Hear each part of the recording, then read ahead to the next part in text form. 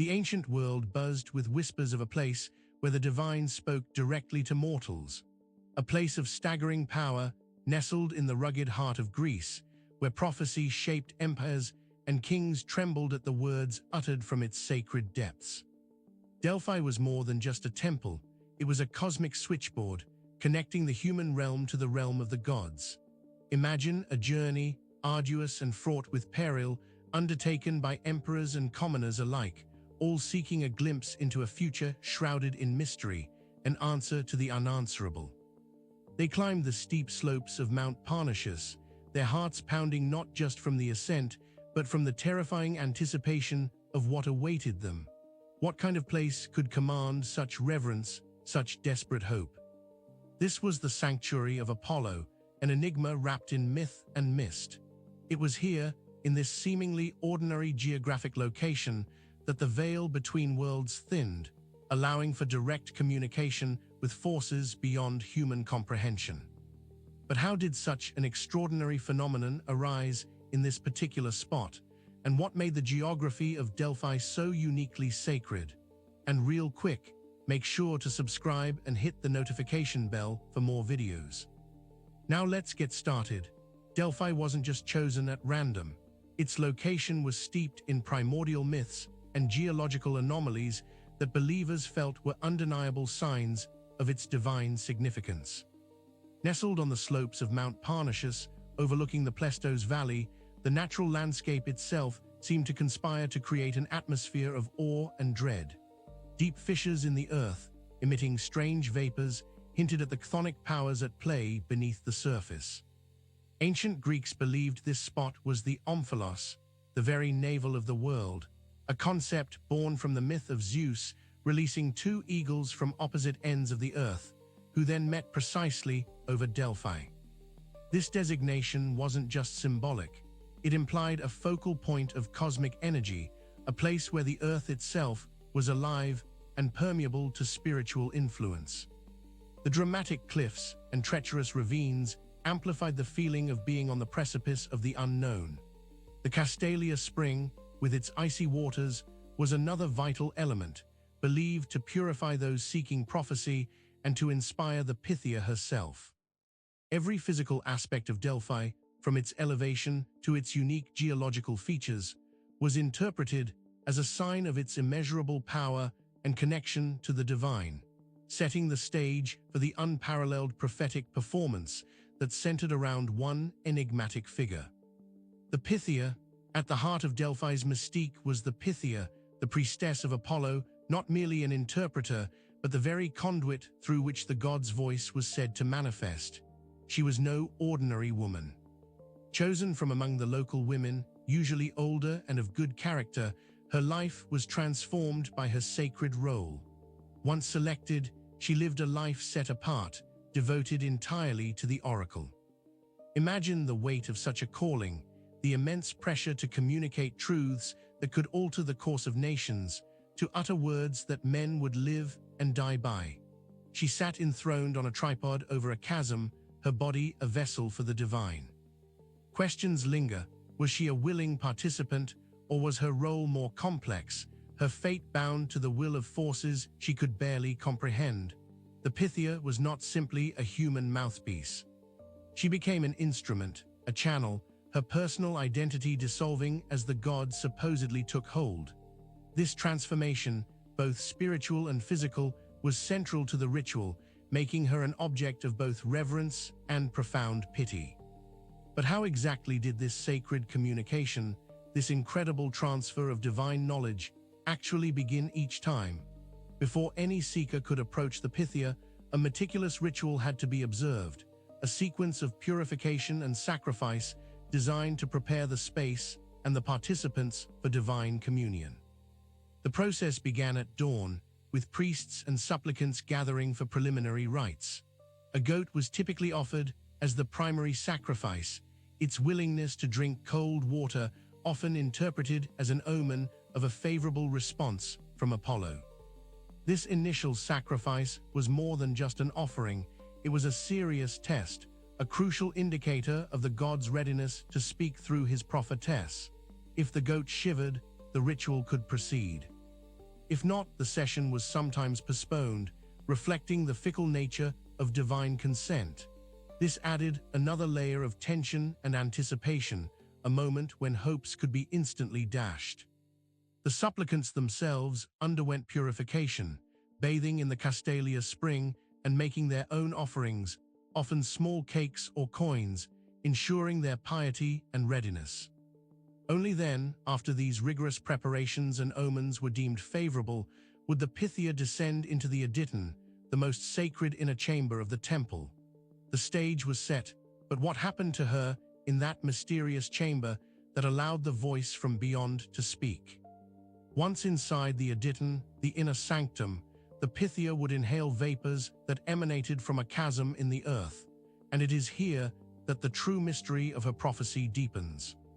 For centuries, scholars have debated the nature of these fumes, searching for a scientific explanation for her trance-like state and the often incoherent utterances that followed. Were these just ordinary gases, or something far more potent, even supernatural? Early theories suggested intoxicating substances like ethylene gas, perhaps rising from subterranean fissures and acting as a powerful hallucinogen.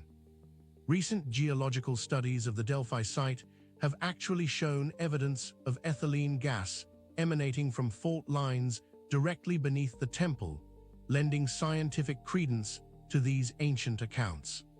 This suggests a physical explanation for her altered state, a chemical key to unlocking her prophetic visions. Imagine breathing in these invisible fumes, feeling your senses warp, your perception of reality dissolving. The experience must have been terrifying and awe-inspiring, a forced descent into a heightened state of consciousness that transcended ordinary human experience.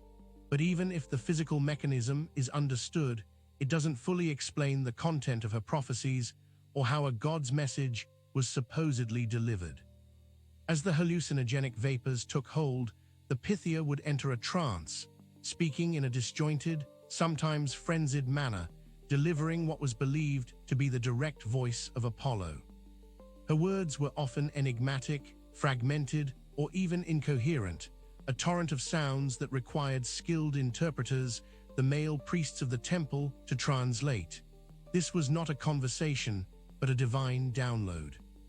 This raises fascinating questions about the true source of the pronouncements. Was it truly the god Apollo speaking through her, or was it her own subconscious mind, twisted and amplified by the intoxicating fumes?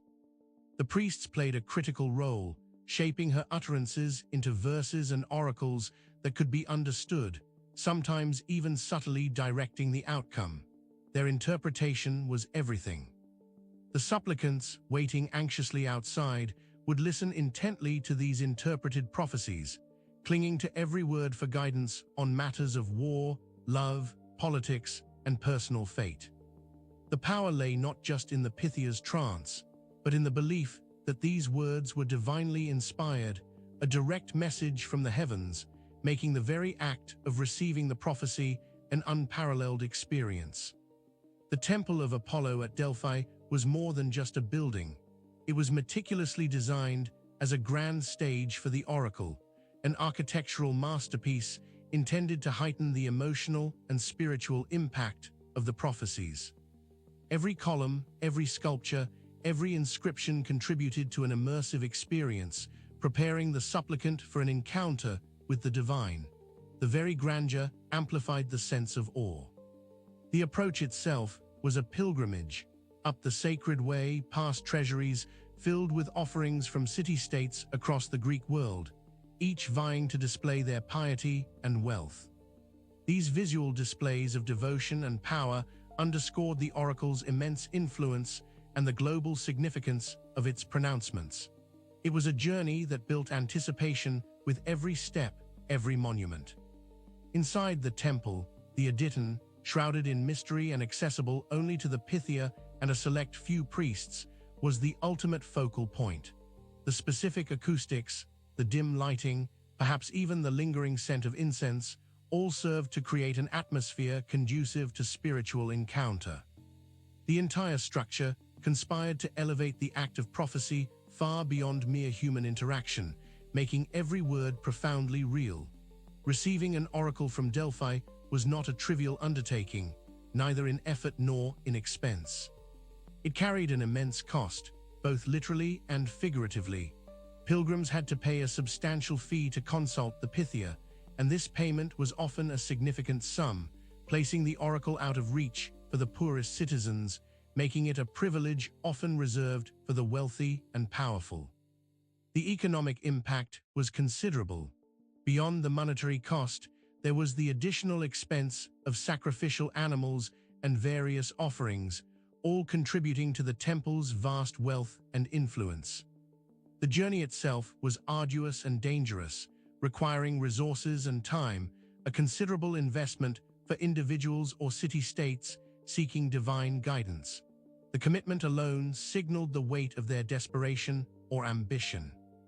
But perhaps the greatest cost was the uncertainty, the anxious wait for an often ambiguous prophecy that might require further interpretation or even lead to disastrous consequences if misunderstood. History is rife with tales of city-states that met their ruin by misinterpreting an oracle. The immense stakes, the potential for both triumph and catastrophe, meant that the cost of prophecy extended far beyond mere gold. To understand the Pythia, we must understand the god she served, Apollo, one of the most complex and fascinating deities in the Greek pantheon.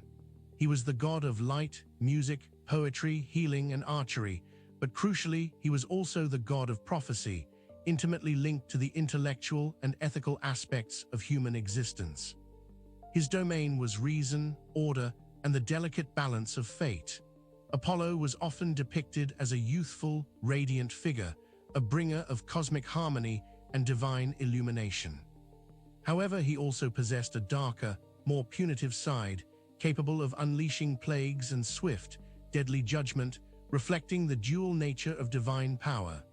This duality meant his prophecies could be both a beacon of hope and a harbinger of doom, depending on the suppliant's actions and intentions.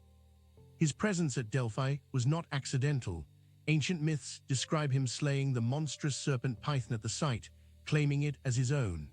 This foundational myth transformed Delphi from a chthonic shrine into an Apollonian center, symbolizing the triumph of order over chaos. But how did the prophecies issued from his sanctuary specifically influence the trajectory of nations, war, and empire? The oracles of Delphi held immense sway over the political landscape of the ancient world, shaping alliances, instigating wars, and directing the founding of new colonies. Kings and generals would not dare embark on major campaigns without first consulting the Pythia, believing her words held the divine sanction necessary for victory.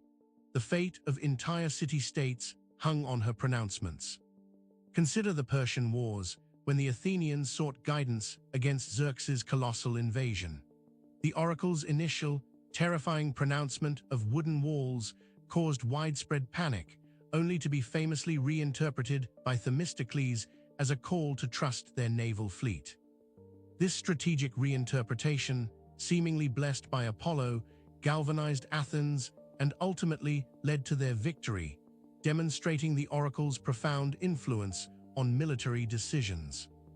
From the colonization of Sicily and Magna Graecia to the Delian League's formation, countless historical decisions were either initiated or confirmed by Delphi, demonstrating that the Pythia's ambiguous pronouncements were powerful tools in the hands of clever politicians. The oracle was not just a spiritual guide, it was a geopolitical force, a constant presence in the machinations of power and the expansion of empires. But was there more to Delphi than met the eye, a deeper, hidden esoteric dimension? While the public face of Delphi was the oracle of Apollo, there are hints and scholarly suggestions of a deeper, more esoteric dimension to its practices, possibly involving connections to mystery cults. These ancient cults often promised adherents a more profound spiritual experience, an inner transformation, and a closer connection to the divine than traditional public religion. They guarded their secrets fiercely. Was the ecstatic trance of the Pythia, the journey into altered states of consciousness related to the methods employed by mystery cults, which often involved secret rites, purifications, and the use of entheogens to induce visions. There's a distinct possibility that the openly practiced oracle at Delphi drew inspiration from, or even shared common roots with, these cultic traditions. The line between public shrine and hidden ritual wasn't always so clear. The secretive nature of these cults means much remains unknown, but their emphasis on individual spiritual experience and direct divine encounter resonates strongly with the Pythia's role. It suggests that Delphi might have been a node where the public and esoteric worlds intersected, offering profound, albeit dangerous, insights into the nature of reality. Yet as new beliefs emerged, some found Delphi's pronouncements troubling. As Christianity began to spread across the Roman Empire, challenging the established pagan order, the Oracle of Delphi, once an unassailable authority, faced increasing scrutiny and outright condemnation. Early Christian writers viewed the Pythia's prophecies not as divine inspiration, but as demonic deception, a trick orchestrated by malevolent spirits to lead humanity astray. The battle was not just spiritual, but also informational. These nascent Christian thinkers often depicted the pagan gods as actual demons, and their oracles as proof of Satan's insidious influence on earth. Writings from figures like Justin Martyr or Clement of Alexandria contain explicit warnings against consulting such oracles, portraying them as sources of error and idolatry, directly opposing the truth revealed through Christ. This was a direct spiritual conflict. The very ambiguity and often terrifying nature of the Delphic pronouncements, once seen as divine mystery, were now interpreted as further evidence of their evil origin. For early Christians, any message not aligned with their new scripture was a dangerous, false prophecy, a deceptive seduction. As such, any historical warnings or concerns about Delphi from within this nascent tradition were effectively silenced or recontextualized by growing theological dogma.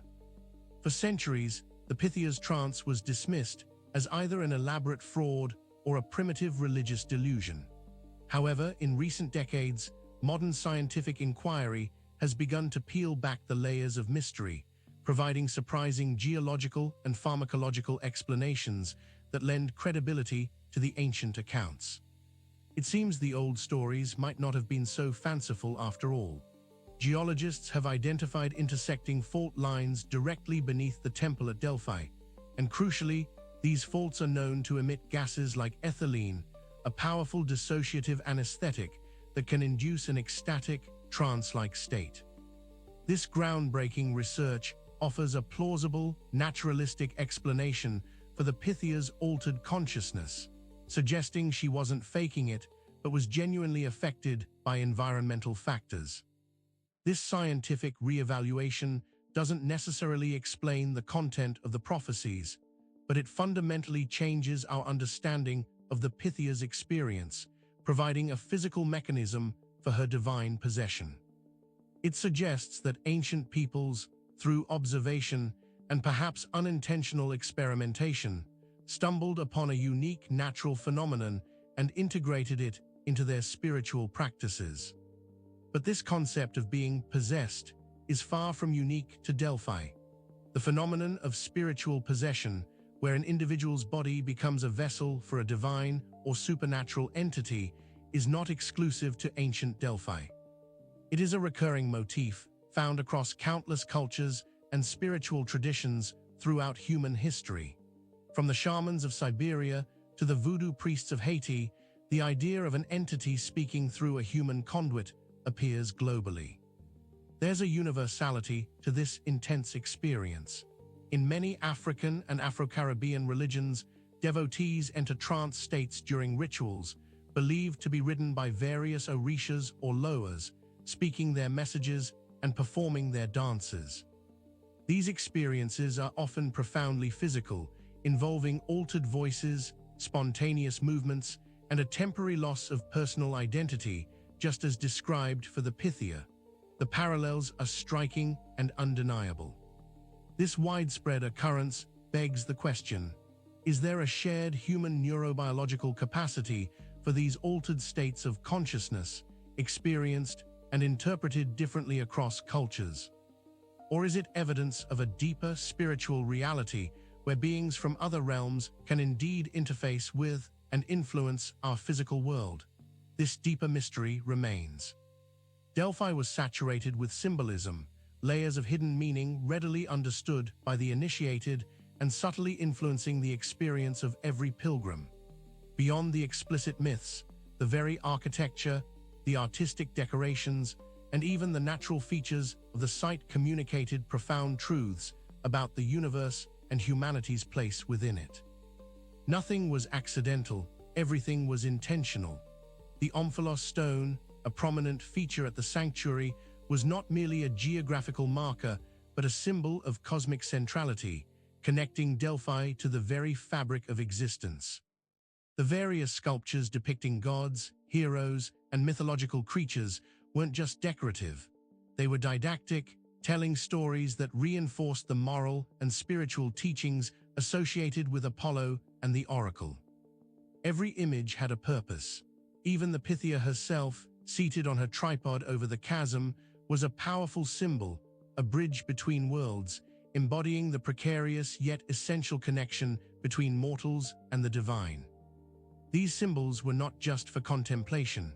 They actively shaped the psychological and spiritual state of those who sought the oracle, immersing them in a world where every detail held potent significance. But for all its profundity, was the Pythia's role ever truly a matter of choice? The question of whether the Pythia's role was entirely voluntary is a complex one, shrouded by the passage of time and the highly structured nature of ancient Greek society. While selection was based on character and local origin, the intense demands and transformative nature of the position raised serious doubts about true individual autonomy once chosen. It was a life irrevocably altered, for good or ill. Once selected, the Pythia was expected to abandon her previous life and dedicate herself entirely to Apollo's service, living within the sanctuary. This was not a part-time job or a temporary commitment. It was a total societal and spiritual absorption, effectively making her a perpetual conduit for the divine. Would a modern individual, fully informed of the psychological and physical toll, truly volunteer for such a fate? The ecstasy of her trance, while revered, was also described at times as wild and distressing, suggesting a loss of self that went beyond mere spiritual surrender. Given the limited choices for women in ancient Greece and the immense pressure of perceived divine will, it's entirely plausible that for many Pythias, their voluntary acceptance was more a matter of sacred duty and societal expectation than genuine personal choice. So after all is said and done, what truly spoke through her? After exploring the sacred geography, the ritual, the hallucinogenic theories, and the cultural parallels, the ultimate question still looms. What or who truly spoke through the Pythia? Was it the voice of Apollo, as ancient Greeks profoundly believed, a direct conduit to Olympian wisdom? Or was it something more, or perhaps less, grand? Modern science offers compelling explanations for the trance state, pointing to natural gases beneath the temple that could induce powerful altered consciousness. This suggests that the Pythia's utterances might have been the product of her own mind, her subconscious shaped by myth, expectation, and the unique environment, then interpreted by the priests into coherent prophecies. It was a complex psychological and environmental interaction. Yet, despite empirical explanations, the spiritual impact of Delphi throughout antiquity cannot be dismissed. For thousands of years, people felt a genuine connection to divine truth through the Pythia, experiencing profound spiritual encounters. Whether divine inspiration, geological anomaly, or psychological phenomenon, what spoke through her undoubtedly changed the world, leaving us with a mystery that still resonates today. Make sure to subscribe for more religious videos and hit that notification bell so you never miss a new video. We'll see you in the next one.